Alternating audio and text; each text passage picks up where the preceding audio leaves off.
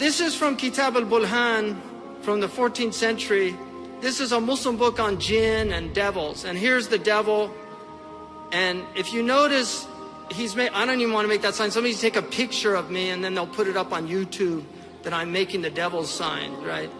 But that sign, if you look at his hands, you can see he's holding his hands like this, that's a sign of the horns of the devil.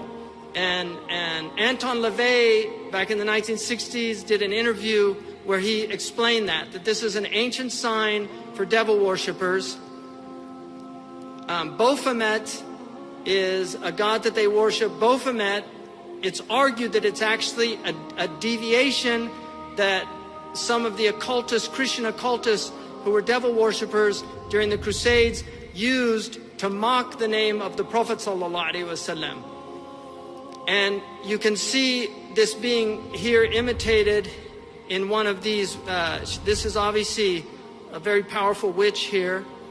Again, you can see the horns. One of the minions here, you can see on the head there. This is for all the kids to go and see Maleficent, the evil one, Walt Disney. Great thing to show little kids, put that in their psyche. I mean, what's going on? This was an album cover that the Beatles chose for themselves. And the Beatles, both Lennon and McCartney, I don't know about the other two, but Lennon and McCartney were both involved in the occult. Lennon actually learned how to speak backwards, which is something occultic people do. There's tape recordings of him speaking backwards. Paul McCartney, if you look at his album covers, you will see the ram, the horns. It's been interviewed in one of the people that worked with him in the band said he was very interested in the occult and practice occult things. So there you can see very early on. This is also another occultic symbol here representing 666. Sign of the beast. It also means okay, so be careful that you don't, somebody goes like that. You can see here the little Masonic hand thing here. That's a Masonic symbol there. You can see that. 23, one of the numbers in occultic numerology that's very important. Again, you can see the devil's horns. Now here, the Prophet ﷺ said, I'm warning you that every prophet came and they warned their people about the Dajjal. But I'm going to tell you something about the Dajjal that nobody said to their people. He has one eye, and God does not have one eye.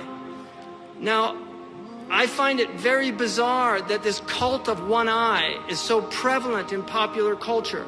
Everywhere you look, the cult of one eye, and there you have Eminem, this minion with his devil's horns and his one eye plastered on the streets of Toronto. And all these one-eyed cartoon characters, those characters are actually called the minions. This is all, and you can say, I'm not talking about a conspiracy. A lot of people don't know what this is about. They don't know. Like, these cartoonists aren't all plotting and things like this. This is all inspiration. It's demonic inspiration. They're inspired by Shaitan. If you want to know who's at the root of this conspiracy, it's an unseen world that we're dealing with. St. Paul said that our struggle is not with the powers of flesh and blood, but principalities of darkness. That this is part of the struggle of the people of God as they fight against forces of darkness that want to bring human beings down. Why? Have you ever seen anybody do that? Have you ever taken a picture like that?